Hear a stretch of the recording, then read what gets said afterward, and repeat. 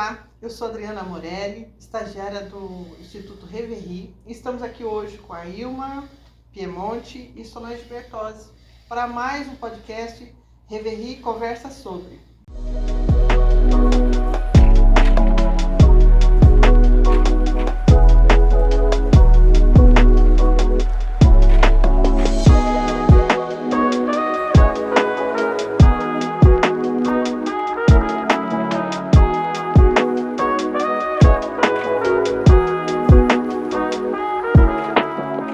Boa tarde, vamos lá.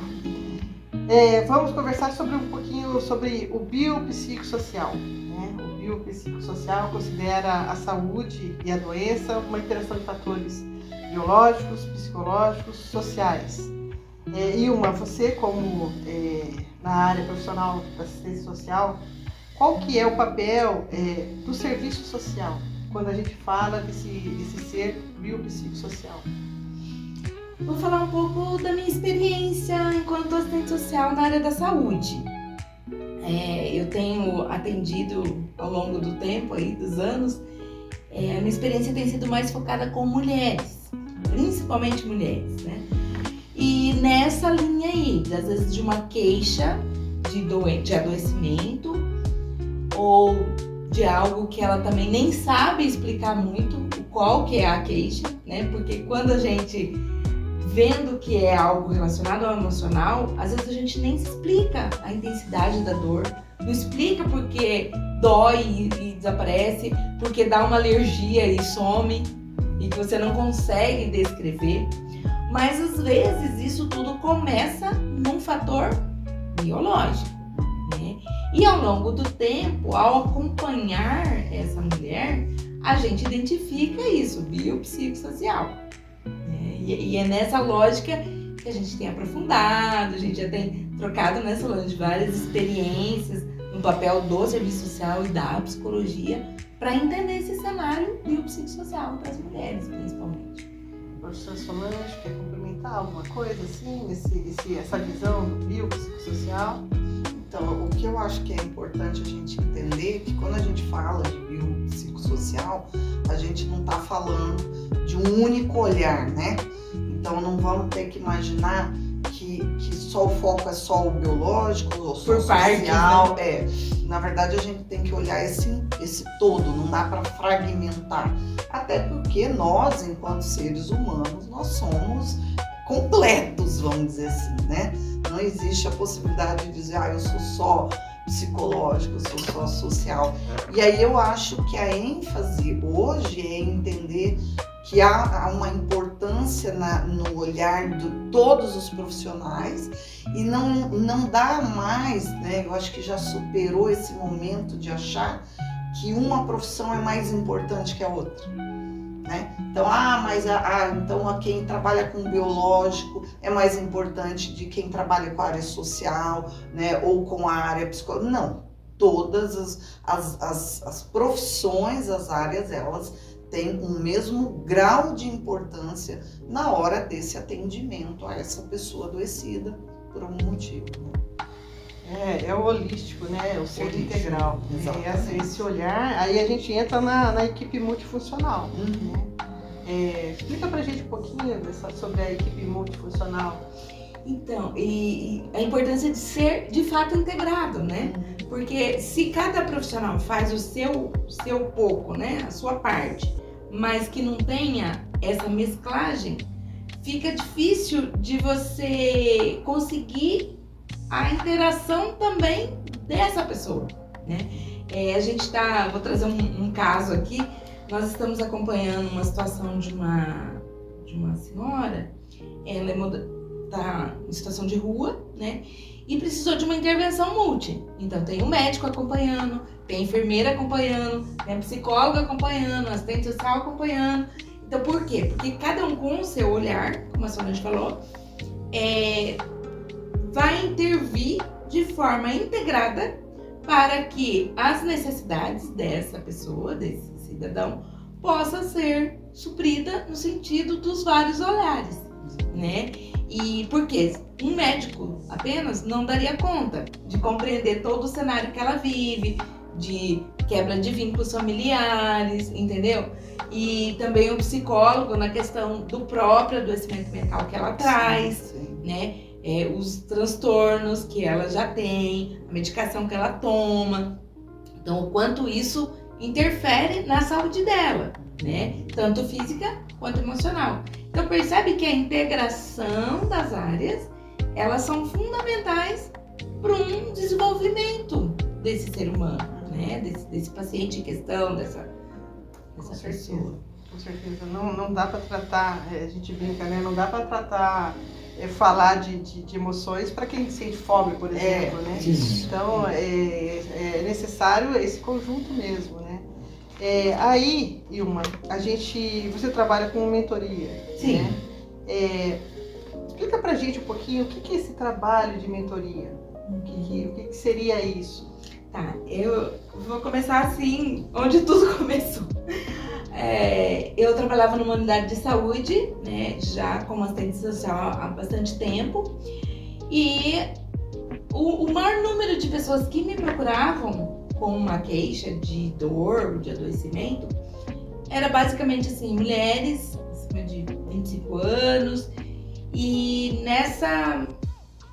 nesse estágio de sobrecarga, de ansiedade, de depressão, de sensação de não dar conta, né? Do dia inteiro, às 24 horas, dar conta de cuidar da família, de trabalhar, de ser cuidadora, às vezes, de algum familiar, do pai, da mãe, separação, filho adolescente, sabe? Então, assim, N desafios que às vezes nem ela própria consegue identificar que aquilo é um adoecimento, que é um burnout, que é uma ansiedade que ela tá vivendo, entendeu? Ela simplesmente sente a enxaqueca, sente às vezes o ciclo menstrual todo desalinhado, sente uma gastrite, né? Sente uma doença de pele, então ela traz uma queixa física, mas que na mentoria, quando você faz o acolhimento, quando você faz uma escuta qualificada dessa paciente, você vai entender que ela está num cenário extremamente estressor, né? Às vezes até numa situação de relacionamento abusivo, de violência doméstica, percebe? Então, são N fatores que a gente vai identificando enquanto assistente social, que você percebe, poxa, essa pessoa, ela precisa, né, olhar para si. Ela precisa identificar os sentimentos que ela tá tendo, né? Ai, mas eu tô muito sem paciência. Então a queixa é a falta de paciência, né? Mas aí você começa. Você trabalha em quê? Né? Quantos filhos você tem? Você mora onde? Ah, eu tô desempregada. Eu cuido dos meus pais que são idosos, que é adoecido. Então, você vai somando essas sobrecargas e identifica que ela tá vivendo, né, à beira de um colapso, né? Então, assim, não vai ter remédio suficiente que dê conta de tratar essas dores, essas emoções que ela está sentindo, né? Então, por isso que o trabalho do assistente social é muito próximo do psicólogo. Porque, nesse sentido, às vezes, eu encaminho. Ela precisa de um acompanhamento psicológico de fato, né? Então, algumas coisas de identificação desse diagnóstico é o meu papel como assistente social, né? Mas quando ela, de repente, precisa dar um segundo passo ou mesmo ter um acompanhamento mais de perto, a gente, né, indica um grupo, e aí psicossocial, geralmente, né? Eu faço uma parceria boa com o Gaspar, que é um psicólogo que a gente já trabalha junto, ou mesmo uma terapia individual. É indicado, é recomendado.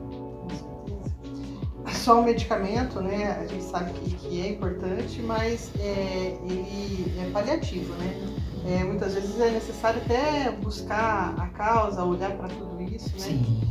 Aí depois que você passa por você encaminha muitas vezes para um atendimento psicológico. Sim, a maioria dos casos. Vamos falar sobre mulheres, então, né? Eu acho que mulheres é o grupo que mais sofre, né? A questão mesmo emocional, né? Você tem alguma história, algum caso? Primeiro, né? Quais são as maiores queixas que as mulheres trazem nessas mentorias? O que mais você escuta? Bom, como eu disse, essa sobrecarga de vários papéis, né? Então, ser dona de casa, ser mentorista, trabalhar fora, dar conta das despesas, muitas vezes ou se ela é uma mãe solo, geralmente ela arca com toda a despesa da casa, ou pelo menos compõe essa renda, né? Então, esses papéis de ter que contribuir, né? De dar conta de tudo isso, e às vezes ela também é aquele suporte familiar, sabe? Então, assim, a própria família, esses dias conversando com uma paciente, ela falou assim, Ilma, eu que tenho que dar um monte de resposta pra minha família. Tipo assim, vamos comprar, vamos vender, vamos não sei o quê.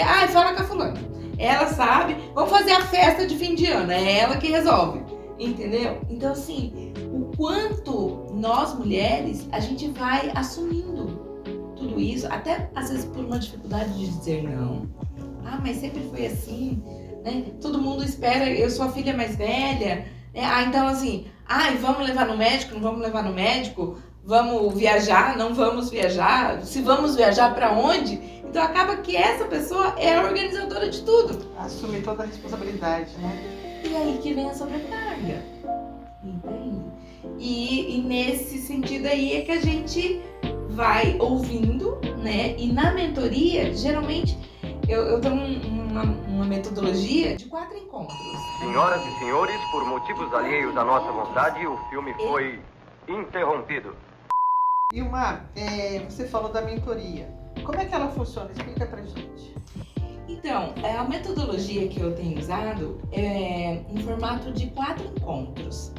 Porque no 4 encontros, a gente inicia como quem sou, onde estou, né? Aonde eu quero chegar, um planejamento mínimo e um fechamento disso, sabe? Então, com a experiência, eu fui vendo que nesse formato é um jeito da pessoa se identificar, situar qual que é, né? Como eu falei, ela traz uma queixa, mas aí a gente trabalha essa queixa dentro dessas perguntas. E depois o fechamento geralmente ou ela vem para um atendimento em grupo, muitas vezes, uma continuidade da mentoria individual, mas aí, né, com uma proposta de um aprofundamento, uma questão mais intensiva, vamos dizer assim, ou o próprio atendimento psicológico, né, que ela venha a necessitar, em função desse quadro aí que ela está vivendo.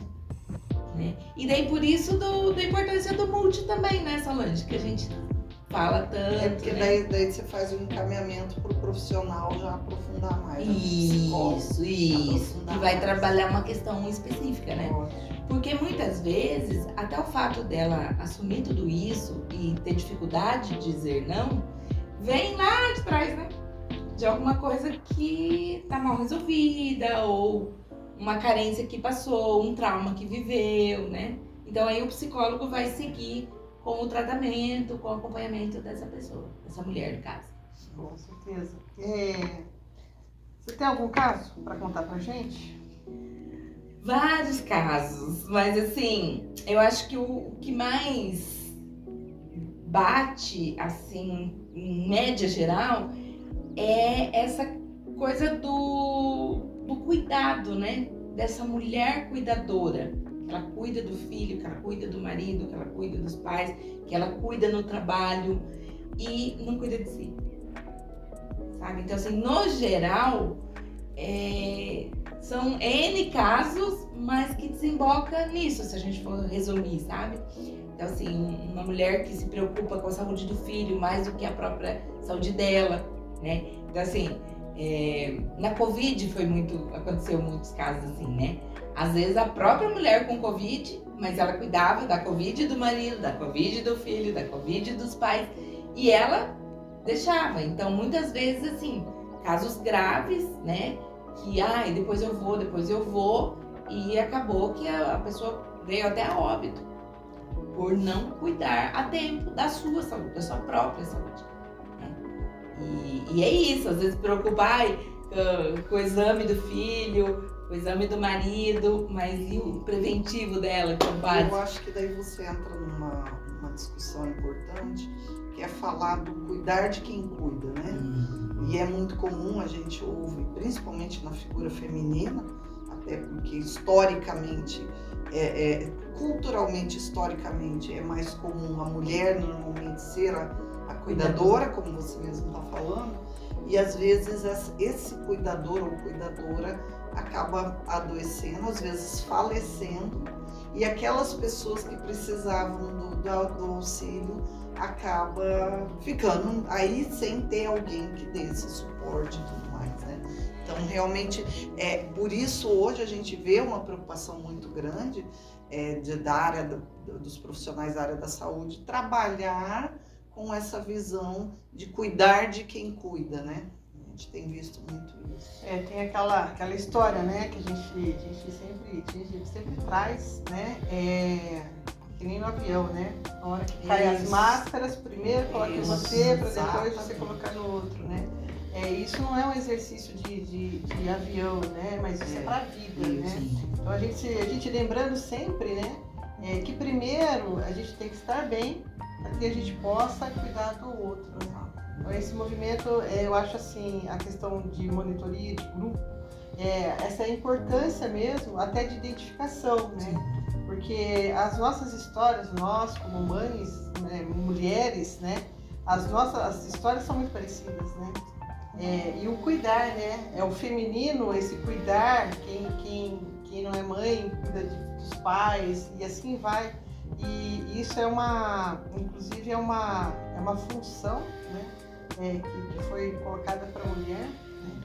E a gente assumiu isso e esqueceu de nós mesmos, né? E, Sol, quer fazer um encerramento desse encontro hoje? Primeiro agradecer a Ilma, né, pela disponibilidade, pelas informações que passou para a gente. Você quer deixar uma mensagem para quem está assistindo? Uma frase, Sim, eu acho que é importante cuidar, né? Cuidar da gente, olhar pra gente. Porque, às vezes, até em relação ao investimento, às vezes as pessoas falam assim, não, mas participar de um grupo é muito caro, fazer terapia é muito caro. Às vezes ela paga até pro filho, mas ela vai deixando, né? Ao passo que, só complementando, quando a gente cuida da gente, quando a gente está bem, a gente cuida melhor do outro, né? E às vezes a gente faz o processo inverso.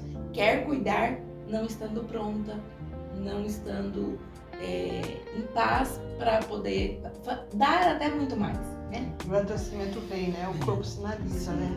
O corpo sinaliza.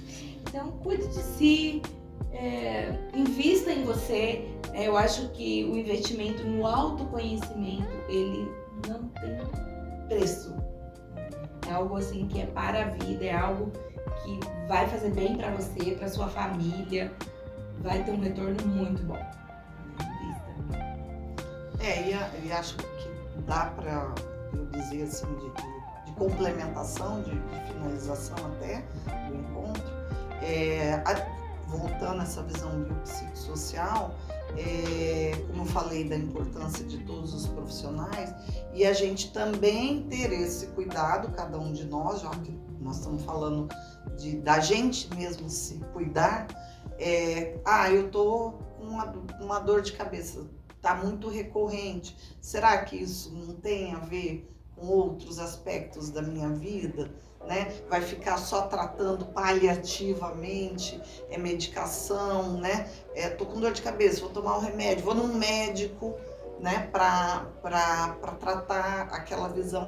Mas será que não era importante ter uma visão mais abrangente disso? Mas essa semana eu tive um problema com o meu chefe, será que isso não interferiu nesse adoecimento que eu tô hoje? Né? E aí vai. E também destacar essa importância da equipe, né? Olhando que a gente fala muito da visão multidisciplinar, e realmente hoje se trabalha com essa perspectiva, mas que também a importância de ter um olhar da interdisciplinaridade, né? Quer dizer, quando a gente fala de inter, a gente está falando de entre.